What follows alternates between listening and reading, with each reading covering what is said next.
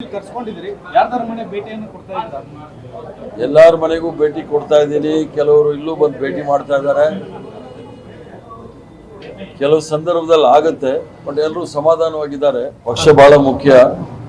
ಪಕ್ಷದ ನಾಯಕತ್ವ ಸೋನಿಯಾ ಗಾಂಧಿ, ರಾಹುಲ್ ಗಾಂಧಿ ಅವರು, ಖರ್ಗೆ ಸಾಹೇಬರು ಇದ್ದಾರೆ. ಮುಖ್ಯ ಎಲ್ಲರೂ ಒಟ್ಟಿಗೆ ಕೆಲಸ ಮಾಡೋಣ ಅಂತ ಹೇಳಿ ಎಲ್ಲರೂ ಸಹ ಭರವಸೆ ಕೊಟ್ಟಿದ್ದಾರೆ. ತೊಂದರೆ ಆಗಲ್ಲ, ಎಲ್ಲ ಶಮನ ಆಗುತ್ತೆ.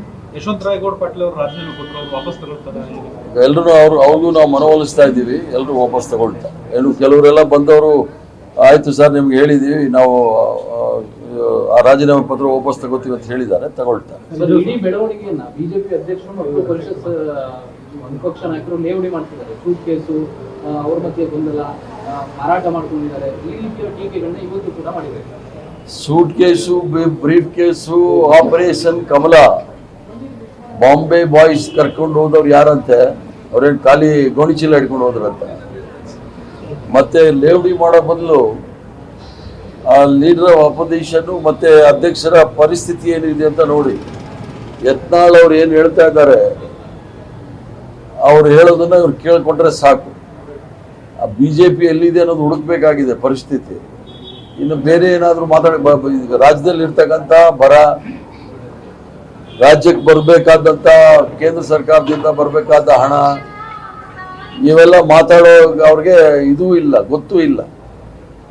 ಬರೀ ಗಂಜಲ ಸಿಗಣಿ ಮಾತಾಡೋ ಜನಕ್ಕೆ ಇದು ಬಿಟ್ಟು ಬೇರೆ ಏನು ಮಾತಾಡಕ್ಕೆ ಬರೋಲ್ಲ. ಸರ್, ಸಭಾಪತಿ ಸ್ಥಾನಕ್ಕೆ ರಾಜೀನಾಮೆ ಕೊಡಲ್ಲ ಅಂತ ಹೊರಟ್ಟಿ ಅವರು ಹೇಳ್ತಾ ಇದ್ದಾರೆ.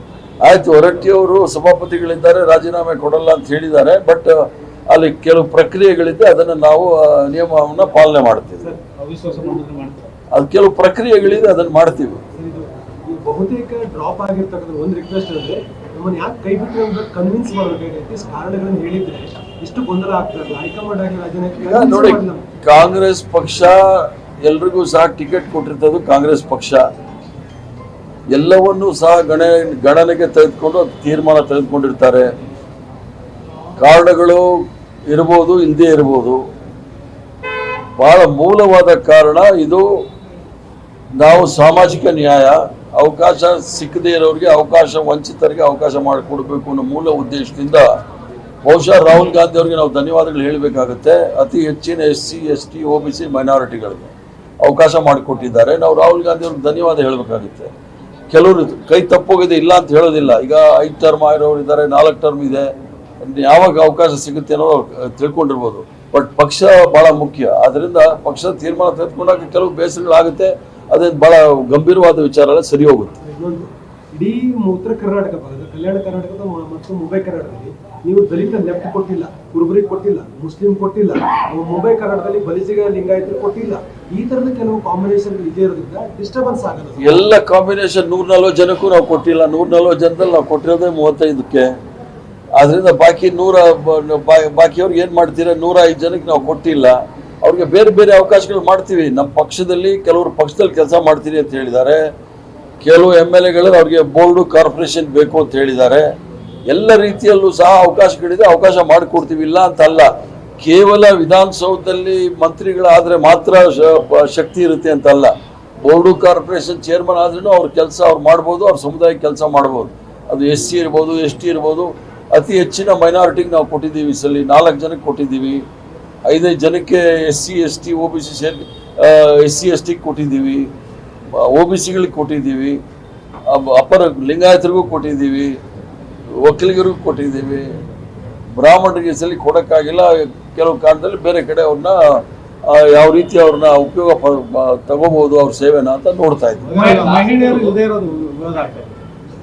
ಮಹಿಳೆಯರಿಗೆ ಒಂದು ಖಾಲಿ ಜಾಗ ಇದೆಯಲ್ಲ, ಅದನ್ನು ಮಾಡಬೇಕು ಅಂತೇಳಿ ಒಂದು ತೀರ್ಮಾನ ತೆಗೆದುಕೊಳ್ಬೇಕು ಅಂತ ನಾವು ಈಗಾಗಲೇ ಹೇಳಿದ್ದೀವಿ. ಅವ್ರು ಯಾವ ಸಂದರ್ಭದಲ್ಲಿ ತೀರ್ಮಾನ ತೆಗೆದುಕೊಳ್ತಾರೆ ಅಂತ ಹೇಳ್ತೀವಿ. ಈಗಾಗಲೇ ಮಹಿಳೆಯರೆಲ್ಲ ಡೆಪ್ಟಿ ಚೇರ್ಮನ್ ಮಾಡಿದ್ದೀವಿ ಕೌನ್ಸಿಲಲ್ಲಿ, ಅದನ್ನು ಮಾಡ್ತೀವಿ. ಹೆಂಗಿದ್ರು ಅವ್ರು ರಾಜೀನಾಮೆ ಕೊಟ್ಟು ಹೋಗ್ಬಿಟ್ಟಿದ್ದಾರೆ. ಹುಂಡಿ ಕಳ್ಳರು ಏನು ಓಟ್ ಕದ್ದಿದ್ರು ಅದೇ ಥರ ರಾಜೀನಾಮೆ ಕೊಟ್ಟು ಹೋಗಿದ್ದಾರೆ, ಅಲ್ಲಿ ಮಾಡ್ತೀವಿ. ಮಹಿಳೆಯರಿಗೆ ಈಗಾಗಲೇ ಘೋಷಣೆ ಮಾಡಿದ್ದೀವಿ. ಅವರೇ ಡೆಪ್ಟಿ ಚೇರ್ಮನ್ ಆಗಿರ್ತಾರೆ, ಬದಲಾವಣೆ ಏನಾದ್ರು ಆಗುತ್ತೆ? ಅದು ನೋಡೋಣ, ಮುಂದಕ್ಕೆ ನೋಡೋಣ. ನಿಗಮ ಮಂಡಳಿ ಅಧ್ಯಕ್ಷ ಸ್ಥಾನಕ್ಕೆ ಶಾಸಕರು ರಾಜೀನಾಮೆ ಕೊಟ್ಟಿದ್ದಾರೆ. ಇವತ್ತು ದದ್ದಲ್ ಅವರು ರಾಜೀನಾಮೆ ಕೊಟ್ಟಿದ್ದಾರೆ. ಯಾರ್ಯಾರು ಈ ತರ ಬೇಸರ ಆಗಿದ್ದಾರೆ? ದದ್ದಲ್ ಅವರು ನನ್ನ ಜೊತೆ ಪಾರ್ಟಿನಲ್ಲಿ ಕೆಲಸ ಮಾಡ್ತೀನಿ ಅಂತ ಹೇಳಿದ್ದಾರೆ. ಬಂದು ಮನೆಗೆ ಬಂದಿದ್ರು ಬೆಳಿಗ್ಗೆ. ಮತ್ತು ಹಂಪನಗೌಡರು ಬಂದಿದ್ರು, ಎಲ್ಲರೂ ಬಂದಿದ್ದಾರೆ. ಅವ್ರಿಗೆ ಯಾವ್ಯಾವ ರೀತಿ ಬೇಕು ಎಲ್ಲ ಚರ್ಚೆ ಮಾಡ್ತಾ ಇದ್ದಾರೆ. ರಾಜಕೀಯವಾಗಿ ಅವ್ರ ಹೆಂಗೆ ನಾವು ಶಕ್ತಿ ಅವ್ರಿಗೆ ತುಂಬಬೇಕು ಅನ್ನೋದನ್ನ ಯೋಚನೆ ಮಾಡ್ತಾ ಇದ್ವಿ. ಅದೇ ತರ ಶಕ್ತಿಯನ್ನು ತುಂಬ್ತೀವಿ. ಸೂಚನೆ ಏನಾದ್ರು ಯಾರನ್ನೂ ಸಹ ಕೈ ಬಿಡೋದಿಲ್ಲ, ಎಲ್ರಿಗೂ ಅವಕಾಶಗಳನ್ನ ಕೊಡ್ತೀವಿ, ಒಂದಲ್ಲ ಒಂದು ರೀತಿ ಕೊಡ್ತೀವಿ. ಸರ್ ಒಂದು ಸರ್ 28ರ ಚುನಾವಣಾ ದೃಷ್ಟಿಯಿಂದ ಸರ್ಕಾರ ಮಾಡ್ತಿದ್ದೀವಿ. Are you happy sir? ಈ ಒಂದು ಈ ಲೆಕ್ಕಾಚಾರ ಮಾಡಿದ ಕ್ಯಾಬಿನೆಟ್ ತೃಪ್ತಿ ಇದೆ ವೈಯಕ್ತಿಕವಾಗಿ? ನಾನು ವೈಯಕ್ತಿಕವಾಗಿ ಪಕ್ಷದ ಅಧ್ಯಕ್ಷನಾಗಿ ಕಾಂಗ್ರೆಸ್ ಪಕ್ಷದ ಏನು ಒಂದು ಸಿದ್ಧಾಂತ ಇದೆ, ಸಂವಿಧಾನದ ಆಶಯಗಳನ್ನ ಯಾವ ರೀತಿ ನಾವು ಅನುಷ್ಠಾನಕ್ಕೆ ತರಬೇಕು ಅನ್ನೋದನ್ನ ಬಹಳ ಸ್ಪಷ್ಟವಾಗಿ ನಾವು ಮಾಡಿರ್ತಕ್ಕಂಥದ್ದು. ಒಬ್ಬ ಪೌರ ಕಾರ್ಮಿಕ ಸಫಾಯಿ ಕರ್ಮಚಾರಿಯ ಅವ್ರ ದಂಪತಿಗಳ ಮಗನ್ನ ಇಡೀ ದೇಶದಲ್ಲೇ ಎಲ್ಲೂ ಮಾಡಿಲ್ಲ. ಅದನ್ನ ಮಾಡಿ ನಾವು ಒಂದು ಇತಿಹಾಸವನ್ನು ಸೃಷ್ಟಿ ಮಾಡಿದ್ದೀವಿ. ಯಾವುದೇ ಪಕ್ಷದಲ್ಲಿ ಆ ಥರ ಅವಕಾಶಗಳು ಸಿಕ್ಕೋದಿಲ್ಲ.